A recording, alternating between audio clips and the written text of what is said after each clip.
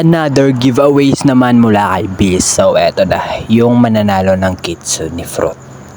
Sabi nito, hi Biz. So araw-araw pala tayo nagbibigay ng mythical fruit, or nagdi-delay ako kasi minsan busy kaya di ako nakapagbigay. Pero eto na talaga yung nanalo ng Kitsune Fruit. Excited to kasi Kitsune Fruit yung napanalunan niya.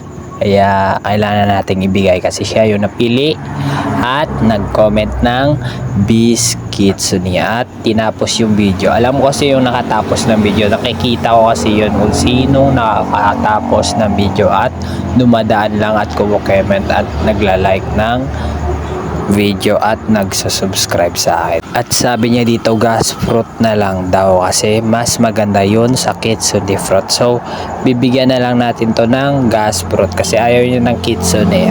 Di ko alam, pero popularity ata ngayon yung gas fruit kasi maganda yung effect ng skill nito. Parang nakakitsune na din pag nag-transform. At may transformation to na may